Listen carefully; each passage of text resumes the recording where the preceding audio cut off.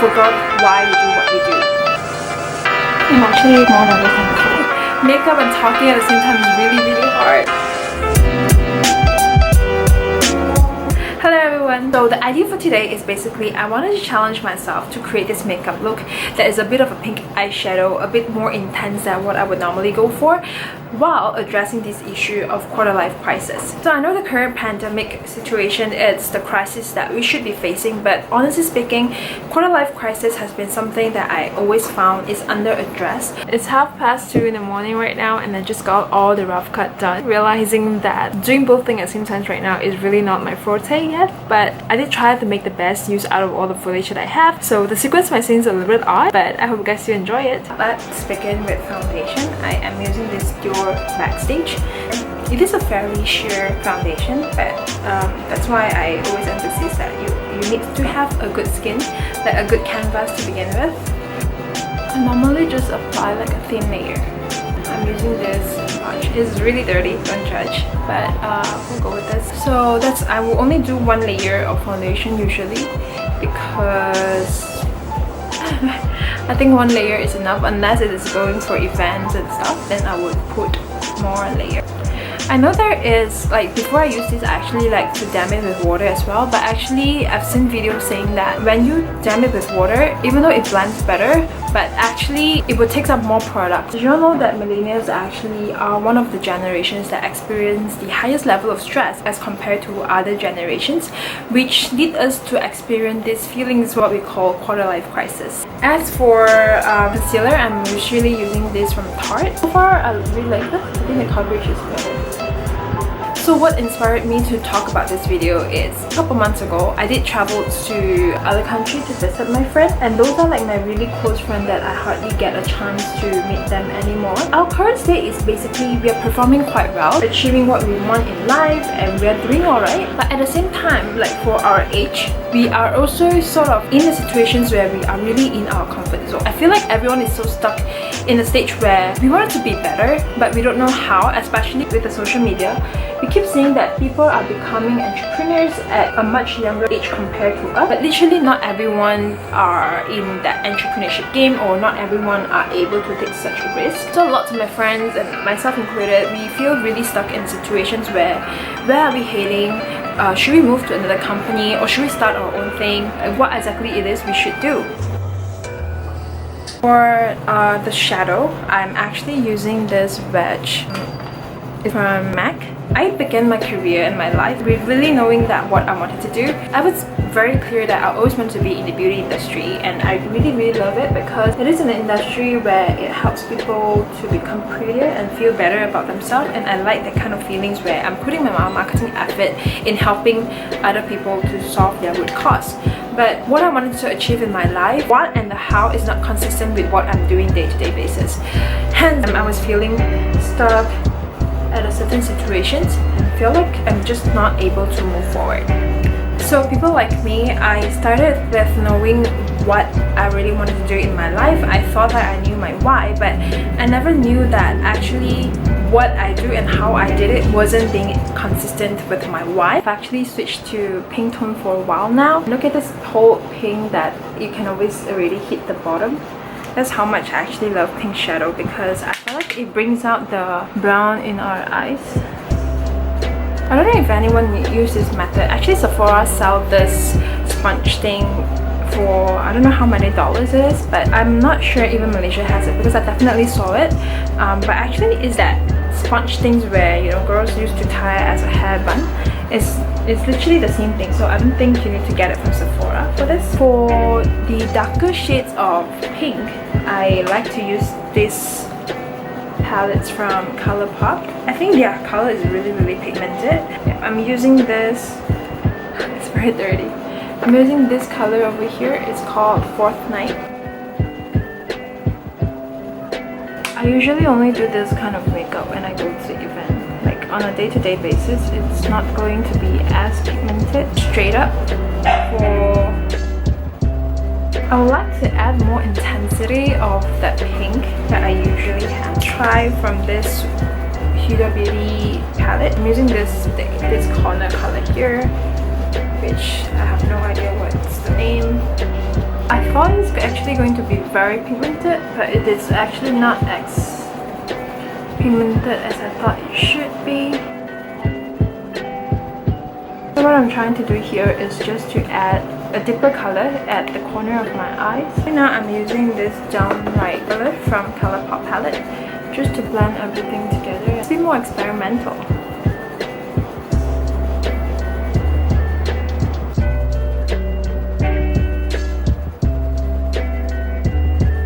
Once you put on the right eyeliners, your eyeshadows, regardless how messed up it is, it would make sense because it just looks more put together. I like to set up my face with this Dior compact powder. I'm actually really nervous right now because I've been thinking of doing this video for a few days, like a few nights. I've been planning and I think what are the points that I should say, but it is definitely harder than I thought because I definitely overestimate myself in the fact that I can do two difficult things at the same time. So yeah. And now we just left with mascara.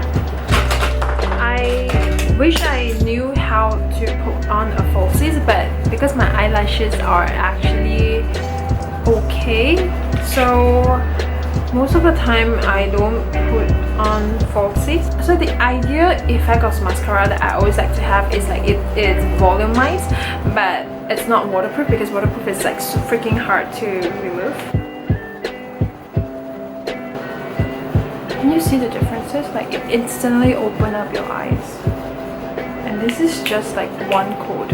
Usually if I go to event, then I'll apply a few more coat. This is the shadow that I'm going for. It's basically this Hula from Benefit. Like how all the makeup gurus is doing it. And now that I freaking love my palette again.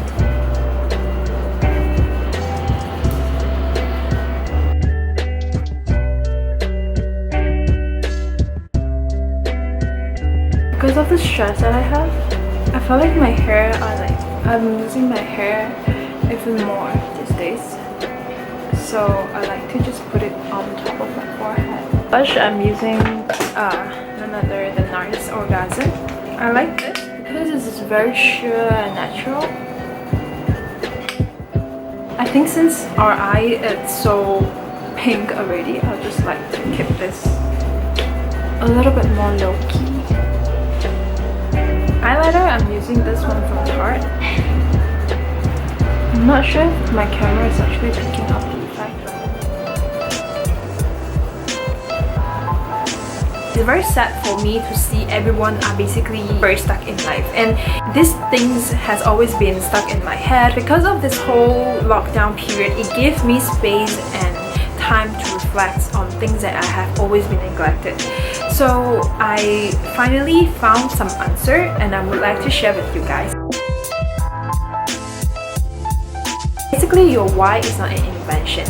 You don't invent your why. A why is a series of self-discovery and self-reflections.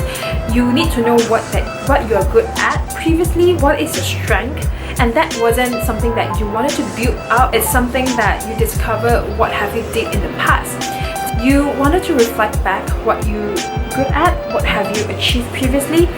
And just a tip, it's not always something about, oh, I have built this, I've done that. Sometimes it's about, you know, you have greater empathy, you are resourceful, you know that you're determined and hardworking. Like sometimes it is that little things like that that can determine your why. But what's more important here is how do you face your life moving forward day to day. So I have discovered this whole thing about create a system rather than goal. That is because whatever feelings that we have are usually temporarily. Basically, feelings fade. You will never feel forever happy, excited, or sad, or angry for a very long period of time. But what's next after those goals? That's where we felt lost. So right now at this stage of life, I would actually advise people not to set goals but to create a system. System is basically small little steps. It's like a routine. What you do day-to-day basis, what are your beliefs, to basically shape yourself towards a better person in a day-to-day basis. So create a system can actually allow you to make small progress every day no matter on how your schedule can be. So system can break down to 4 categories. It can be mentally, physically, spiritual health, and also emotionally. So very good examples to how this work is basically a lot of the athletes, they actually win before they went to the actual competition. You know how athletes train themselves, like up at a certain times, they eat a certain type of meal. So what would be different actually on that actual competition day is because of how their routine, who have shaped their momentums on the actual day. So having a good process, you are eating better by 1% compared to yesterday. You train 1% harder than yesterday. It is all these accumulations of progress will shape you to winning. We should all focus in the process of getting better every day and not just celebrate when you achieve that goal. You should already celebrate if you are 1% better than yourself yesterday. Ultimately, I think even without knowing why, you would know that eventually you would become a better person. My personal feelings is by doing that, you will eventually discover your why. So if you still feel stuck right now, I think there's 2 questions you can ask yourself is how far are you willing to go beyond your comfort zone and how comfortable you are by being actively challenged.